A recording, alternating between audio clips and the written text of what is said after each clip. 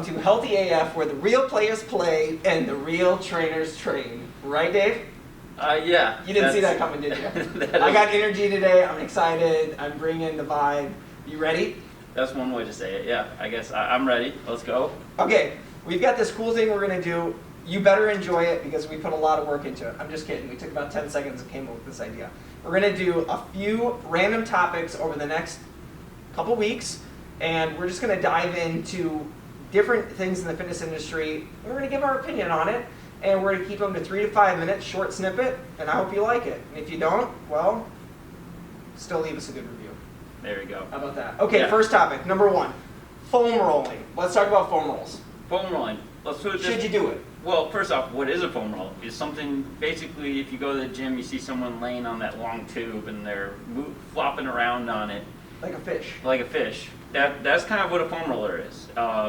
So the idea behind foam rolling is it's basically supposed to be like a self-massage, I think, was what the original thought process was. Yeah, and like you're breaking up all sorts of scar tissue. Yeah, knots and fascial tissue. And I used to do it an hour and a half a day. I remember you talking about that. You used to brag about it, but you don't really talk about it that much. Haven't touched one in years. Yeah, why is that? I don't think they do much.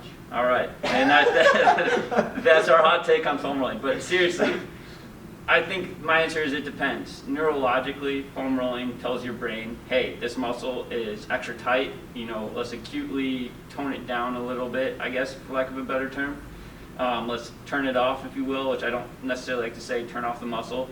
But that's really what foam rolling is just an acute physiological response where we're basically trying to help our brain deactivate or turn down hypertonic muscles.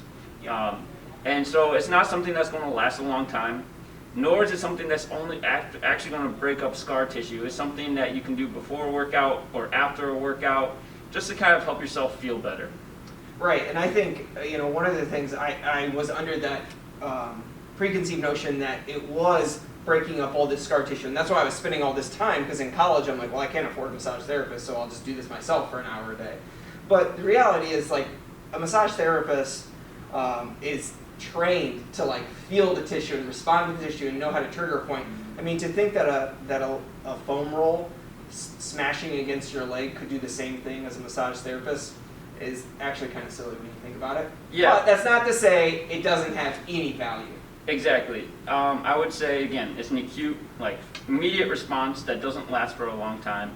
And it doesn't replace a massage therapist. And to be honest, if you actually wanted to make lasting changes to the tissue, you would need someone like a massage therapist that's trained to do so, like one of ours. We'll stick there. Yep. But then also at the same time, you need a lot of force to actually make changes to scar tissue, and foam rolling just won't cut it.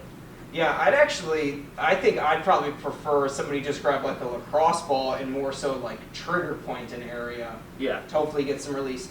I think the other thing to note is if it provides you a placebo effect and you feel like it makes a big difference, then do it.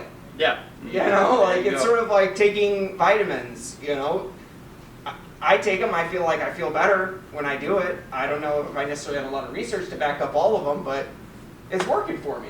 There you go. Yeah, I think that's a good point, is if you feel like it does something for you, then that's probably almost more powerful than it actually doing something for you. I think at the end of the day, if you're crunched for time, like for myself personally, I've got higher priorities than rolling on the foam roll, so that's why I eliminated it from my program. Yeah. So if you're crunched for time, I don't think it would hit the top 5 priorities, at least in my opinion. And I think I'd agree. So there you go. Foam rolling, does it work? Not really, but placebo-wise, it can help you feel good. Yeah, or at least understand what it's doing, why it's working, and how it's providing you some acute benefits. Okay, guys, until next time, stay healthy AF.